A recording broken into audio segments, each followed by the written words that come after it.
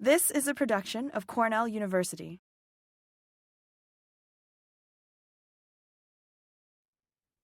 Hello, I'm Nina Bassuk. I'm Professor Emeritus from Cornell University of the Urban Horticulture Institute. I'd like to share what we've been working on with CU structural soil for the last 20 odd years, and I hope it's useful for you. So the effective soil volume is something we've been working on for many, many years, knowing that the larger the soil volume and water and nutrients that the trees can get, the larger the trees grow. As you see here on Pennsylvania Avenue in Washington, D.C., willow oaks, Quercus fellows, in a large open area of soil versus those in vaults suspended from the sidewalk. Planted at the same time, you can see the effect of soil volume on plant growth. So we knew that this was an issue, especially under pavement, where you needed to compact the soil to allow for load bearing of that sidewalk. And we decided to look into a medium that could be compacted to meet specifications, engineer specifications for load bearing, as well as have tree roots grow through them. So this is the issue when you're laying pavement of any sort, you need to compact the subgrade, the existing grade, so that the pavement will not subside or crack or fail. And often we would leave a space for a tree, but there's compacted soil and rebar and reinforcement that actually makes that sidewalk very load bearing. Of course, what you see in the bottom of the slide is an opening where the tree is going to go, and the hope is that the tree roots can get out into that compacted soil underneath the pavement. Often that is not the case. We have a specification in the United States called Proctor density, which is the moisture content that you can compact the soil to a certain level that gives you the greatest density. We say that we need to compact the soil under pavements to 95% Proctor density, which is a moisture gradient, and that is quite a rigid standard for specifications. So we have compacted soil that is brick-like, often under paving, which has been compacted to Proctor density or more. And you see loss of structure. You see basically no permeability, very, very small pores, which don't allow water to get through, and also don't allow roots to penetrate that soil. Very often in parking lots, we might see a parking lot that's been compacted to lay asphalt in this case, and a space left over for trees, but with no remediation of that soil under the around the curb, so that tree roots grow very shallowly, and in this case, even with irrigation, fell over. So the idea, well, this is the kind of a concept of what's the normal way of planting trees. So you have the undisturbed subgrade, and you have a compacted base course of gravel, maybe 4 to 8 inches. And then on top of that, a pavement surface, whether it can be asphalt, concrete, pavers, whatever, on top of that. And then into that profile, you create a space for the tree, and hoping that the tree roots will actually grow into those media. But in fact, that doesn't really happen. In fact, if the tree roots grow at all, they get into an area of weakness between the base course and the pavement, and are very, very shallow. Here we see the tree being placed into, we call the coffin, or the tree pit in New York City. And we've been able to look at where the roots are under pavement. Here you see a tree lawn, a green strip with 2 fairly large platanus Acer platanoides, and very large trees, and you see no way that those roots could sustain that tree in that narrow green lawn. So we looked at where the roots actually were using an air excavation tool. And here you see the roots going under the pavement, just as a 4-inch piece of concrete. Trees actually moving through the soil right under the pavement and going into somebody's front yard or lawn, and that's where the tree is actually getting what it needs to do, needs to live, water, nutrients, oxygen, so on. So the roots are very, very shallow and under pavement very often. And we also see the effects of volume on tree growth in honey locust in Syracuse, New York. Those on the right are in tree pits. Those on the left are also in tree pits, but the roots are able to escape under that concrete into a green space beyond it and get what the water and nutrients and oxygen that they need. So providing a path for tree roots to get into real soil is often a good way of using structural soil as well, as we'll see.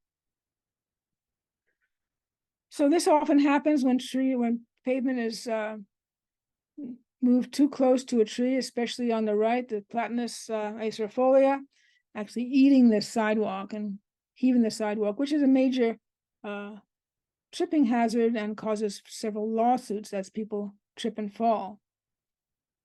We found that basically keeping sidewalks 2/3 to 2 meters away from the base of a tree actually prevents the sidewalk heaving. So 2 meters is a really nice distance to allow for tree buttress roots to grow without heaving the sidewalk.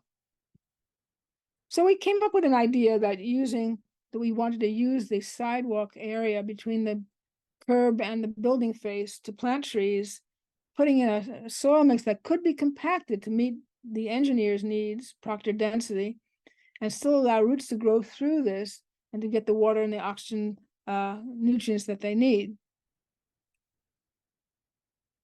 So why was structural soil developed? How does it work? Basically, it's a two-phase system. The white angular pieces are stone particles, gravel, crushed gravel, about 3 centimeters in diameter, with no fine particles. So just the clean crushed gravel. And the soil, you see the black dots are the soil particles in between those. And so if you have clean crushed gravel and you have a proportion so that the gravel is touching gravel as the compactive effort goes deeper, the soil in the pores, the black dots, will not be compacted because all the load bearing, all the compactive effort is being borne by those stones. And so it's with the right proportion of stone to soil and type of soil, you can get a good growing medium. So here's in our area in Western New York, we use limestone is our native stone, and it depends on what type of stone you have. You can use any type of stone as long as it is crushed, about one single size stone with a very small measure of lower or higher level. And we use topsoil loam to a clay loam texture, a pretty heavy textured soil, so that we can maximize the water holding and nutrient holding capacity of this. Since it is mostly stone with some part, basically 80% stone to 20% soil by weight. So we want to maximize the water and nutrient holding capacity of that soil. So we use a clay loam to loam soil with about 20% clay in the texture. So here's a video showing how we made it.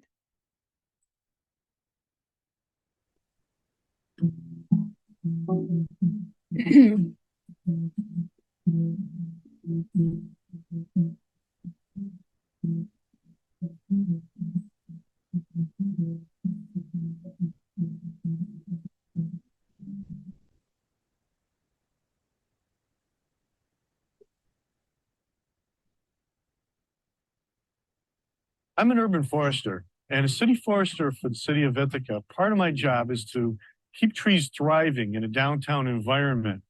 This environment is very different from the natural setting in which trees grow. Here we have asphalt, we have compacted subsoils, we have concrete, and we have very little rooting volume in which trees can grow. Consequently, trees suffer and decline and need to be replaced sooner than they should. Sidewalks are heaved and damaged and need to be replaced. Accidents occur due to these heaved sidewalks, and cities are subject to liability and lawsuits.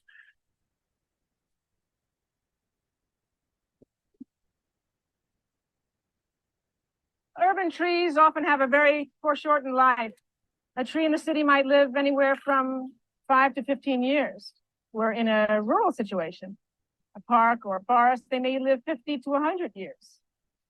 And therefore, in urban situations, we're not getting the benefits for which we plant trees: the shade, the noise amelioration, the dust particle reduction. The dilemma we face is that tree roots require a penetrable soil so that they can grow for long distances and get the water, nutrients, and oxygen that they need. On the other hand, when we have sidewalks surrounding trees, engineers require the soil to be compacted so that there's a load-bearing surface to lay their concrete on. Well, we've excavated this little leaf linden tree here because it wasn't doing well, and we suspect that there may be a root problem. So we were uncovering some of the roots to see what was going on. And here we can see something that's very typical in tree pits with sidewalks surrounding them, is that the root gets to the end of the tree pit and then cannot penetrate any further and actually makes a right angle turn and goes down, where then it will grow a short ways and then stop again.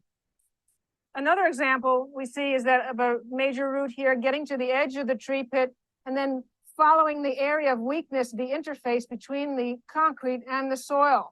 Now, this is not satisfactory either, because as the roots grow under the sidewalks, as they get bigger, they can actually damage the sidewalks, and we call sidewalk heaving.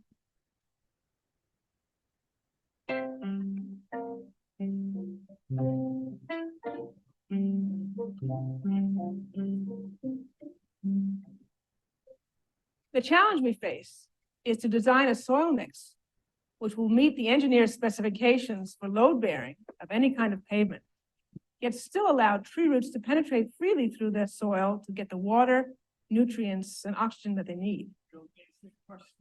Pretty clean stuff. The structural soil material that we developed at Cornell University is a fairly simple blend of very angular stone, a soil, and a hydrogel.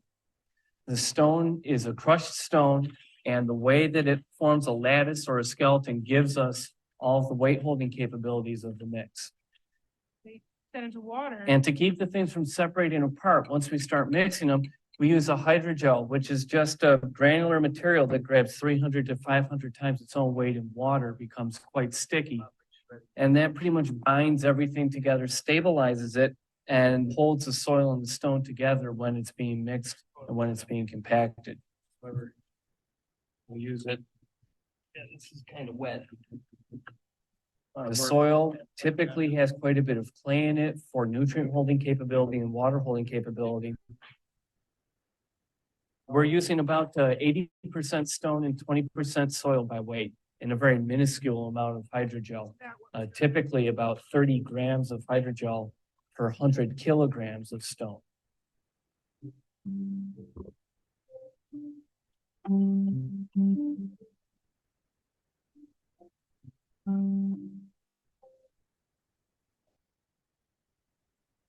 This is a field project that has been in place for about 3 years now. It's a comparative study between what would be a normal sidewalk profile in upstate New York, minimal excavation, compaction of the subgrade, and then 8 inches of a base material before we lay the concrete pad. That's compared to this trench that's running back and forth down here. This is a 24-inch profile of the stone soil materials that we've been talking about. Again, this has been in for 3 years now, and we're getting ready to harvest the whole thing because we have to get the data from the roots. But you can see above ground the differences between a standard sidewalk profile. This is Acer campestri or hedge maple, a very chlorotic, very small increment as far as yearly growth. You compare this maple to a maple in the test profile, and you can see it's a much darker green leaf. We're getting a lot more growth per year out of the shoots. It's a much faster establishment period. We think it's going to be something sustainable. We take a look at linden. Again, short stunted growth. Here's a whole year's worth of growth.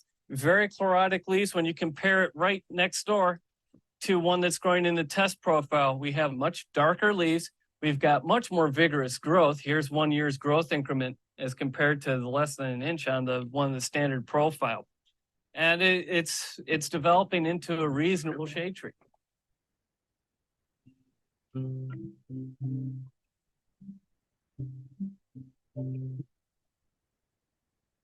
The New York State Department of Transportation and the City of Ithaca are wrapping up a 3-year, $30 million highway rebuilding project.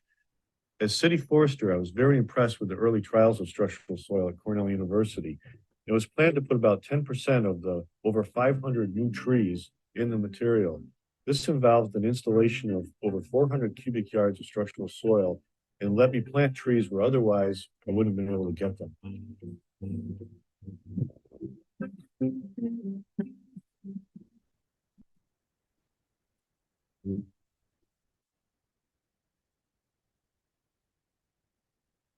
Structural soil seems to lend itself best to new construction. We're trying to end up with a large rooting space. If we take it down about 18 inches to 2 feet.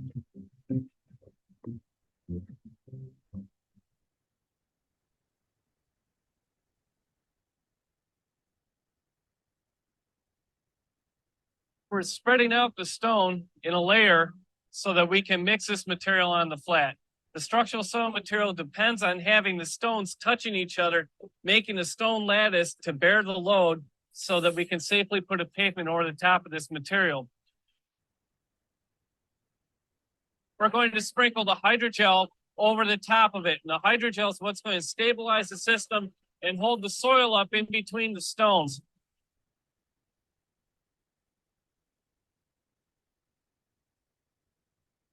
We've been spreading the hydrogel onto the stone pad. It looks a lot like table sugar, as you can see, but even now, just the moisture on my hand, it starts grabbing water very quickly. It can absorb 300 to 500 times its own weight in water. Once this hydrogel gets wet, it's going to grab the water very quickly, almost explode into a water balloon and hold the soil up inside the holes between the stones. It also gets a little bit sticky, and so we hope that the material is gluing the soil to the stones.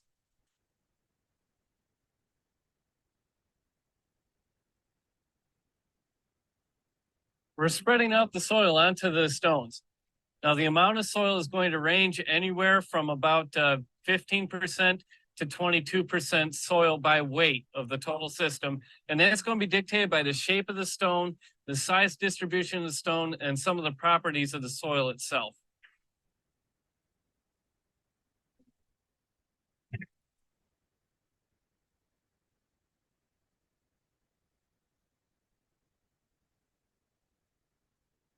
We're mixing the materials now, basically just turning it in on itself, coming in from the sides and then taking a few cuts out, trying to get the material so it's as uniform as possible.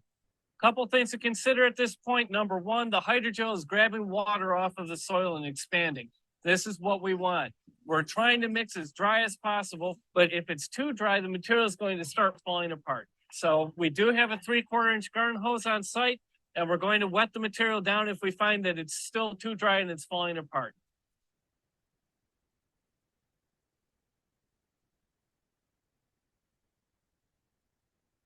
It'd be impossible for us with the size machinery that you see driving by to mix 400 cubic yards all at once.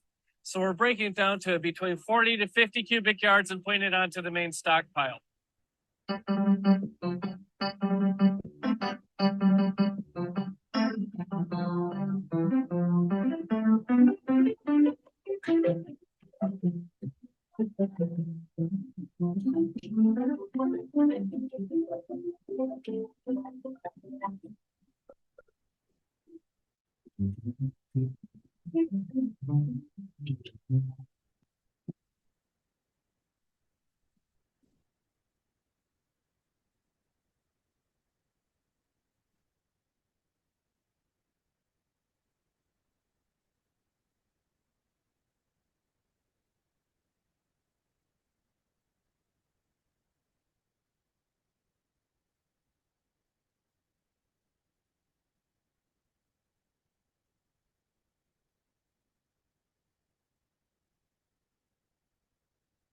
We've placed the material into the trench that's going to be used to plant the trees in.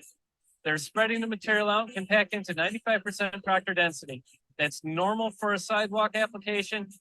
The nice thing is there's no specialized compaction tests, no specialized compaction levels for this material, making it very cost effective for the installing contractor.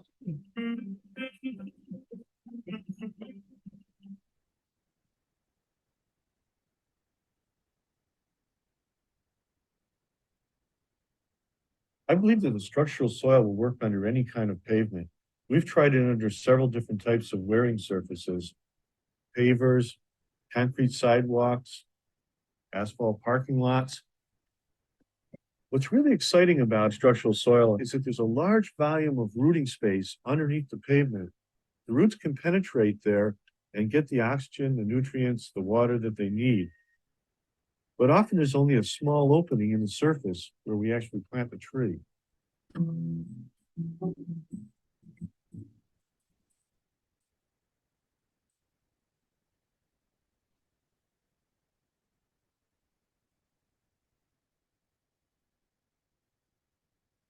City of Ithaca Department of Public Works has mixed and installed Cornell structural soil in several locations. We found it easy to mix, relatively inexpensive, especially when compared to the cost of replacing sidewalks, replacing trees, and possible lawsuits. It's very cost effective. This material has allowed us to put trees in places we never would. I believe that Cornell structural soil may help revolutionize urban forestry in downtown settings.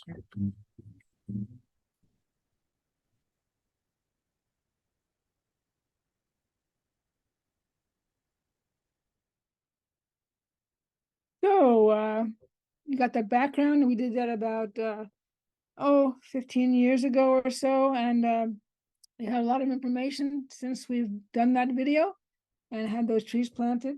So here I'm just showing you again what the structural soil looks like after it's mixed. And we've done several experiments where we've done sidewalks to nowhere to look at where tree roots were growing. And here you can see the root growth very strongly growing through the structural soil matrix or skeleton or lattice, way you may think about it, because the soil is not compacted between the stones. Experiment we did a while ago showing the comparison of the tree roots growing in normal sidewalk installations versus CU structural soil installations. And you can see from the surface down to about 20 inches. In the standard profile, you get tree roots growing only about barely 8 inches, which corresponds with the base course, the gravel base course under the sidewalk. Where in CU structural soil, you get root growth down to the entire depth of how deep we put structural soil, when in this case was 24 inches. And you get much more root growth. So that's a interesting thing that we found, with many more roots in a panel versus those roots in the standard tree pit profile. So here we have street trees growing to nowhere, sidewalks in nowhere, where we did various structural soil versus standard soil profiles with one clonal cultivar of Norway maple. And after 3 or 4 years of these growth, we then took it apart. We took up the concrete, cut off the tree. We see the base course there. That's generally put under sidewalk. And then we excavated with an air excavation tool to uncover the root system in one piece, the entire root system. This is a structural soil root system of that Norway maple. And you can see the kind of kinked nature of it. Very large root system after 4 years. We can have a look at this, what this looks like.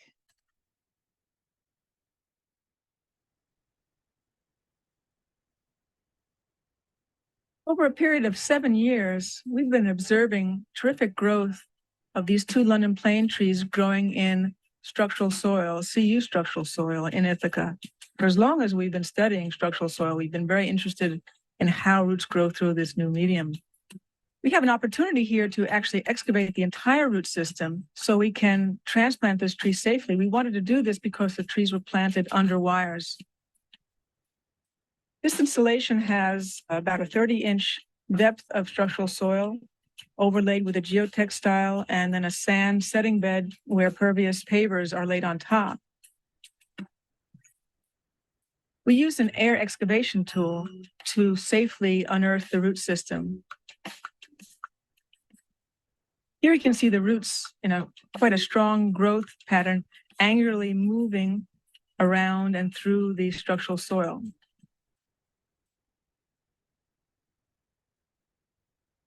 The roots start at the surface, but very quickly move down in the profile, going down to at least 24 inches into the tree pit area. We're seeing both massive roots that tend to go down, we might call those sinker roots, as well as large buttress roots near the surface.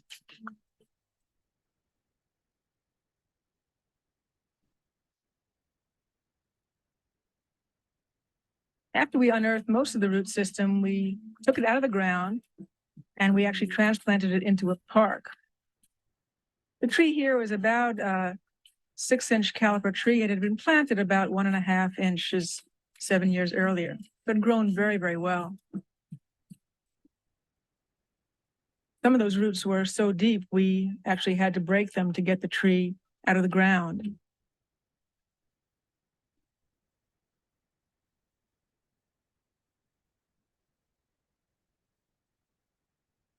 The root mass that we took out of the ground was about 13 feet long and about 8 feet wide. So quite an extensive root system.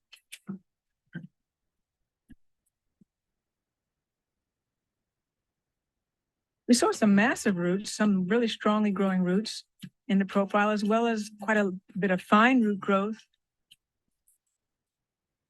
We saw some very interesting features of how the roots move through the stone.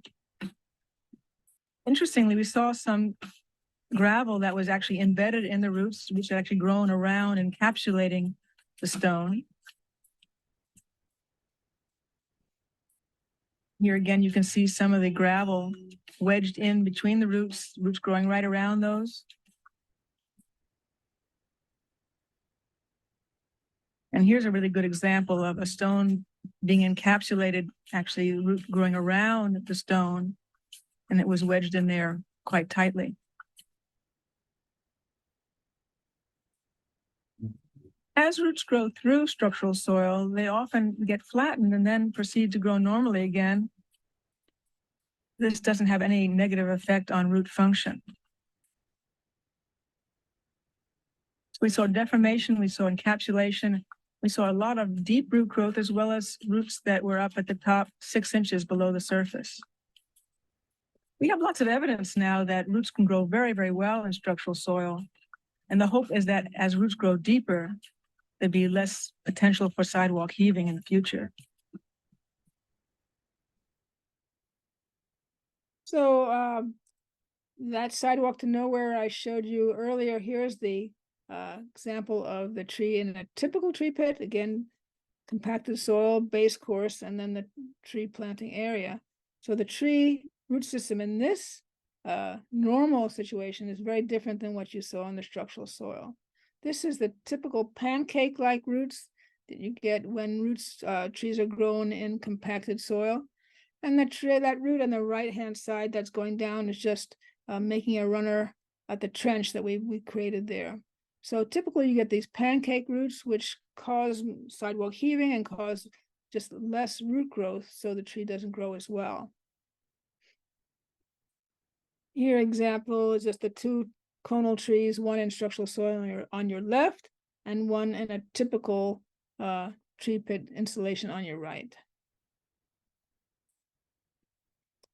So the way we put them in the ground, as you can see in this detailed cross section, is we go, 24 inches, 60 centimeters minimum depth, and preferably more like 90 or 100 centimeters or 3 feet down. You have to have enough depth to provide the soil volume to meet the water and nutrient needs of the tree. And also, what we also came to find is where you're planting the tree, where it doesn't need to be compacted, where there's open ground, we should put ordinary good soil in that, sandy loam or loam soil, to maximize the water holding capacity. One of the weaknesses of CU structural soil is it has a lower water holding capacity and needs to be, that area needs to be maximized, whether it's in soil in the tree planting opening or through irrigation and planting of trees that are drought resistant. Here's one of our first installations in 1997, where the street was being narrowed and more sidewalk was being put in. So we added structural soil there. And we put pervious pavement, block pavers. These are Acer campestri growing a couple of years later. This was in Brooklyn, New York, where we had structural soil between tree pits. You can't see the structural soil, but it's between the tree pits. And then trees on your bottom left, there's Callery pear and Ulmus parvifolia in tree pits, but structural soil between those, that's 3 years later. And then 12 years later, those same trees in that growing situation. Here's frontier elms, Ulmus parvifolia frontier, and CU soil planted for after 8 years, and they're growing very, very well. Homestead elms and 30-year-old Zelkovas retrofitted with CU structural soil. You can retrofit if you're careful about working around tree roots to add structural soil to an area. In fact, there's you can see the trunk size on these. There's some very large trunks, which are Zelkova, which are probably there for 20 years. And the narrower trunks were the elms, which grew very well and actually sort of matched the size of the Zelkovas after 8 years. This is a plaza. Instead of using a tree pit situation, here's a plaza with Callery pears, Pyrus callerina, in Ithaca, New York, after 4 years. We actually, unbeknownst to us, folks who are doing the Sydney Olympic site decided to use structural soil in the plazas, where people would gather to go to the different events. And here is a structural soil done in Sydney.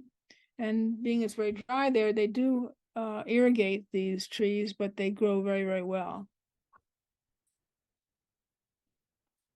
And even in with palm trees, here's Miami South Beach, where palms were planted into structural soil and are doing quite well. As long as the roots can grow far away from the trunk, they have great stability, and these trees withstood several hurricanes. This is New York City, a plaza right near City Hall, which is honey locust Gladitsia triacanthus planted in structural soil in the entire area, and these trees are doing very well. We wanted to look more about how we could create a safe path for roots to grow in a narrow tree lawn on your left through to somebody's front lawn or whatever green space on your right without heaving the sidewalks. And this is a accolade elm, almost accolade. And we've actually taken up 2 squares of the sidewalk and dug down 60 centimeters, put structural soil, recompacted, and then repaved. And after a couple of years, we wanted to look at where the roots were growing. And so we used ground penetrating radar to measure non-destructively where the roots were, at the depth and the number of roots. And here's the ground penetrating radar moving from the normal sidewalk through the structural soil panel and then to the normal sidewalk again. And you can see the elm trees after about 3 years. So if you look in plan view on the right-hand side, you see the gray squares. That's the uncovered concrete where we put structural soil. On the left, we say number 6, is just a control. We planted accolade elms, but did not change the sidewalk configuration. And on the right, you can see those pink numbers, pink lines, which are the passes of the ground penetrating radar over that area. So over the sidewalk and then into somebody's front lawn. So just explain this to you, the top graph, and you can see these X's. The X's represent roots, both the shallow, medium, and deep roots. And on your left-hand axis, you have the depth going down to 28 inches. And on the right is your length in feet as the ground penetrating radar device is moving across the site. So from areas where there's no structural soil to the two middle areas where there's structural soil, and out again where there's no structural soil. The tree is in the middle, about 10 feet from either end. And you can see the roots on the structural soil panels where there's some shallow roots at about 6 inches and quite a few medium roots at about 8 to 16 inches, and then quite a few deep roots down to about 24, 28 inches, and a lot more roots than in the surrounding areas where there's no structural soil. The control on the bottom shows you root growth in the same area where the tree was, but very shallow, very few deep roots, and very few roots altogether.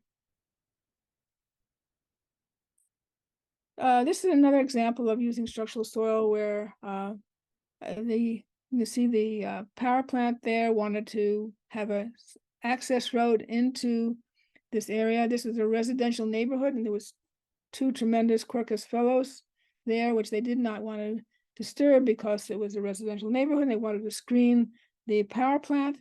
So they thought about retrofitting to use structural soil and as not to disturb these trees.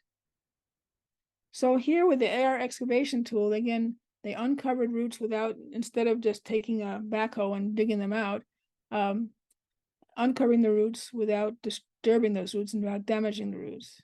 So here you see the roots, and people don't know where roots are very often. They're right at the surface. So here they are at the surface as they've been uncovered with that air excavation tool. So structural soil was then brought in and laid on top of those roots and compacted in and around those roots. And then a paving surface was put right on top of those. The trees on either side never lost a beat. They never stopped growing. They never showed any damage. So this is a way of retrofitting structural soil where you need to come in and build a road or have other kind of construction activity. One thing we've been working on quite a bit is the development and issues of stormwater, which is becoming a big part of climate change, a lot more stormwater events. And we thought part of the problem with that is the increased amount of impervious surfaces, which are not allowing water to get into the ground. So we thought of using structural soil as part of the solution for this. Here's just a flooding event in upstate New York on a highway. So structural soil combined with porous asphalt, this would allow water to filter through pavements, slowly recharging groundwater and reducing the need for retention or detention ponds and bioswales. And that would also allow trees to grow in paved sites, which would also increase the ecosystem benefits of trees and allow trees to take up that water. So we could do this. We tested compaction of structural soil. We want to see the macro pores, how much water holding pores there would be. With cedar structural soil, you'll see that at 95 to 100% proctor density, you only have 26% pore space. In soil alone, you have 34% pore space. But the macropores, the large pores, are much greater in structural soil, 31% in structural soil versus 2% in soil alone. So although you have more pore space, it's very tiny pores in soil alone, where you have a good percentage of large pores in CU structural soil. Both of these compacted to 95% proctor density. So the infiltration rate was greater than 24 inches per hour in structural soil versus a half an inch per hour in soil alone, both being compacted. So because we knew this, we thought this is a trailhead in Ithaca, New York, where the city wanted to build a parking lot instead of this pull-off space, and to test structural soil with porous and non-porous asphalt. So we dug down 24 inches in that site and put structural soil and compacted it in layers. So when you're putting it in, you compact it in layers so that your compaction effort is as uniform as necessary. And then we put traditional asphalt on one part and porous asphalt on another part. You can see in a rainstorm what the porous asphalt is letting water in, where the traditional asphalt is not. And this, if you're not familiar, porous asphalt on the right looks sort of more like sticky corn with pores, and the traditional one on the left has no pore space at all. So after it was laid, we saw cut into the asphalt and planted accolade elms, as it were, again in this spot. This was 2005. Fall of 2005, we used bare root trees. Not necessary to use bare root, but we did. And that was 2006, the bottom right, first growing season. We use quite big protection on these trees because of snow plows would come in here and potentially damage the trees. This was about 3 years later. Trees doing very well in both porous and non-porous asphalt initially. This is 2012, trees growing very well. But we started to see, oh, here's 2016. We started to see some differences just visually on the porous side. The trees looked fuller, they were growing stronger. On the non-porous side, again, all of this is structural soil underneath, but they had porous or non-porous asphalt. On the non-porous side, you started to see somewhat smaller tree growth, and we wanted to test this. So again, my colleague with the ground penetrating radar unit come and look at where the roots were, how deep they were, and how many there were on both the porous and non-porous structural soil in this parking lot.